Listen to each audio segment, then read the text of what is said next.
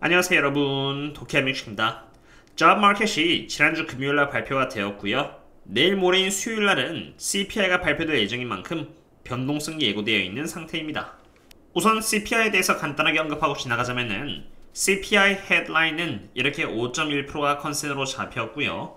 콜 CPI는 5.6%로 잡혀있는 상태로 어느새 콜 CPI가 헤드라인 CPI를 추월할 것으로 예측이 되고 있습니다.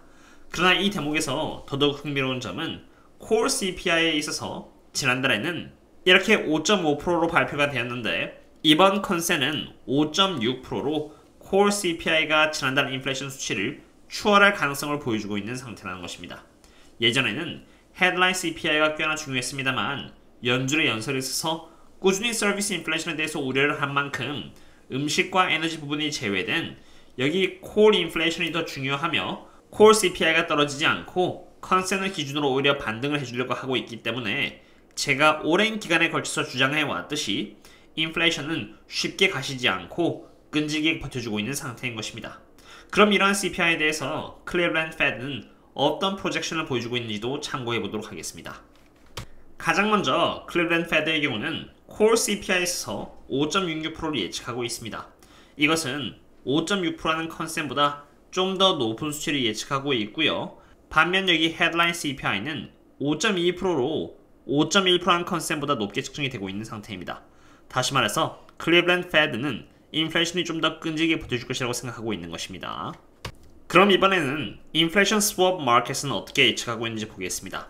이 자료는 제가 사전적으로 멤버십 분들께 전달드린 자료로 인플레이션 스왑 마켓은 헤드라인 CPI를 5.07%로 예측을 하고 있습니다. 즉 헤드라인 CPI의 컨센인 5.1%보다 더 낮게 나올 것으로 예측을 하고 있다는 것입니다.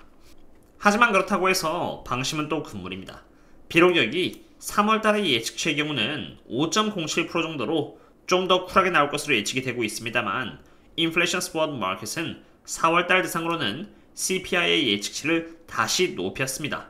이것은 원유 때문인데 앞으로의 원유 흐름이라던가 그 외 데이터에 따라서 이러한 수치들은 얼마든지 상향 조정이 될 수 있으므로 꾸준히 데이터를 지켜봐야겠습니다.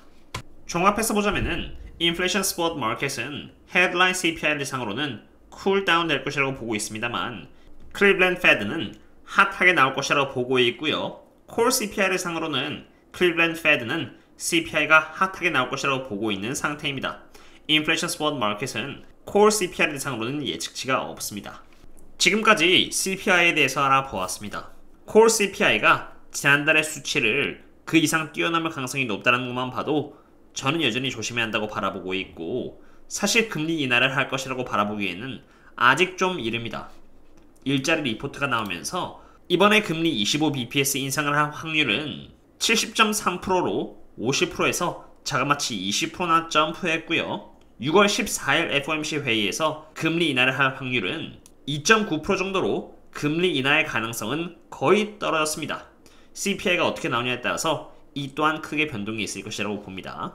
그리고 7월 26일 FOMC의 경우는 금리 인하할 확률은 44.9% 정도로 반반 정도라고 보면 되는데 이 또한 CPI와 앞으로의 인플레이션 수치에 따라서 확률이 달라질 것입니다. 이런 데이터들은 앞으로의 판단에 도움이 될 수 있도록 제가 멤버십을 대상으로 한 텔레그램에 업데이트를 드리도록 하겠습니다.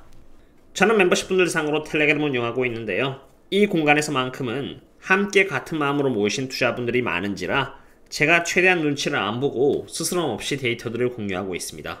매크로 관련된 데이터인 ISM 서비스 인덱스나 장단기체 스프레드에 대한 해석 및 다양한 선행지표를 이용해 앞으로의 전망들을 바라보고 토론함은 물론 차트에 있어서 라이징 웨지 패턴 등의 차트 분석 그리고 헤지펀드나 기관들에게 공유되고 있는 내부자 데이터 등 지금까지 약 1092여 개의 데이터 등에 대해서 반복적으로 업데이트를 하고 토론하면서 매크로를 추적하고 각 개별 기업에 대한 분석을 통해서 기관 관점에서도 세심하게 바라보면서 함께 투자를 하면서 투자를 해나가고 있는데요.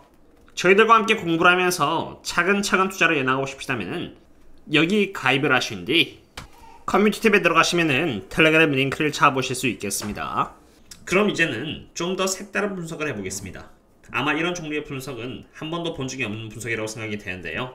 제가 멤버십 분들에게 공유드린 정보의 일부를 공유드리자면은 이것은 나스닥이 얼마나 많은 신고점과 신저점을 갱신했는지를 보여주는 차트입니다. 2022년 5월부터 2023년 3월까지 무수히 많은 고점과 저점이 있다는 것을 이렇게 볼 수 있는데요. 이러한 고점들과 저점들을 모아서 그 차이를 잡으면은 이렇게 하나에 연결된 차트가 나오고요. 이 차트를 기반으로 모멘텀이 어느 쪽으로 좀 더 치우쳐 있는지 방향을 볼 수가 있습니다.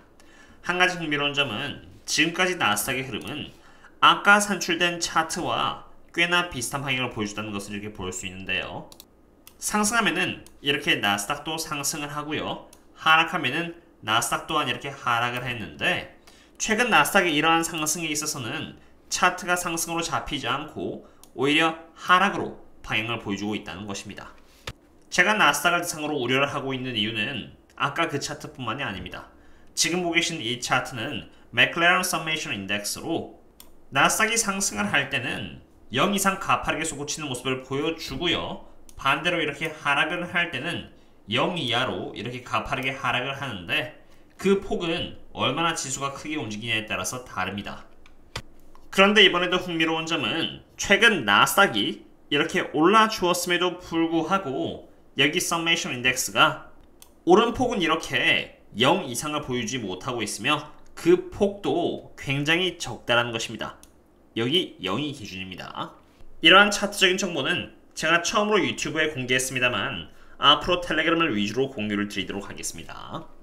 그리고 이것은 제가 며칠 전부터 꾸준히 지켜보면서 멤버십 분들 상으로 텔레그램에 업데이트를 해드리고 있는 차트인데, S&P 500의 주가가 여기 사인 코사인 시메트리컬 사이클에 따라서 꾸준히 상승과 하락의 패턴을 유지해줘 왔으며, 잡 데이터를 기준으로 해서 카운터 트렌드의 모습을 보여줘 왔습니다. 지금까지는 꾸준히 상승의 모습을 보여줘 왔는데요. 사이클이 이제 하락으로 잡혔고요. 잡 데이터를 기준으로 이렇게 상승 트렌드가 잡힌 만큼 이제는 하락으로 카운터 트렌드의 모습을 보여주는 지켜봐야 알겠습니다. 그리고 그런다는 가능성 또한 리스크이므로 저라면 당연히 조심할 것 같고요. 그리고 지금 S&P 500은 천천히 헤드앤숄더의 형태를 변화하고 있습니다. 만약 S&P 500의 주가가 하락하는 방향으로 잡힌다면 헤드앤숄더가 완성이 되고요. 그렇게 되면 더 빠질 수 있으므로 앞으로 반드시 지켜봐야 하는 차트의 모습이 되겠습니다. 그리고 마지막으로 엔비디아의 차트를 보겠습니다. 이런 종류의 차트 분석은 제가 종종 멤버십 분들께 공유드리는 분석 자료인데, 엔비디아를 대상으로 많은 분들이 투자하고 있는 만큼 차트 분석을 공유드리자면은 엔비디아는 최근 상승과 함께 이렇게 인버스 헤드 앤 숄더를 완성시켰습니다. 인버스 헤드 앤 숄더란 아까 S&P 500과는 반대의 개념인 차트적으로 상승을 의미하는 차트인데, 인버스 헤드 앤 숄더가 다 완성이 되었고요. 이제 끝났다라는 것입니다. 그리고 여기 피보나치 리트레이스먼트 패턴을 도입시켜 보면은 이제 1의 위치에 있는 상태로 거의 다 왔다고 해도 과언이 아닙니다. 물론 여기서 추가로 더 상승할지 말진 저도 모릅니다만 다시 하락해도 전혀 이상한 자리는 아니며, 이렇게 RSI 또한 하락으로 점점 방향을 잡아나가고 있기 때문에 주가가 조정을 받아도 이상할 건 없다고 생각합니다. 게다가 엔비디아는 지금 PE 멀티플 76배를 받고 있는 상태로 굉장히 비싸게 거래가 되고 있는 주계라는 점 또한 참고해야 할 부분이 되겠습니다. 오늘은 여기까지입니다. 더 많은 정보를 담고 싶지만 제가 시간이 없는지라 멤버십 텔레그램에 업데이트를 드리도록 하겠고요. 오늘은 이 정도로 하겠습니다. 그럼 다음에 또 만나요. See you later.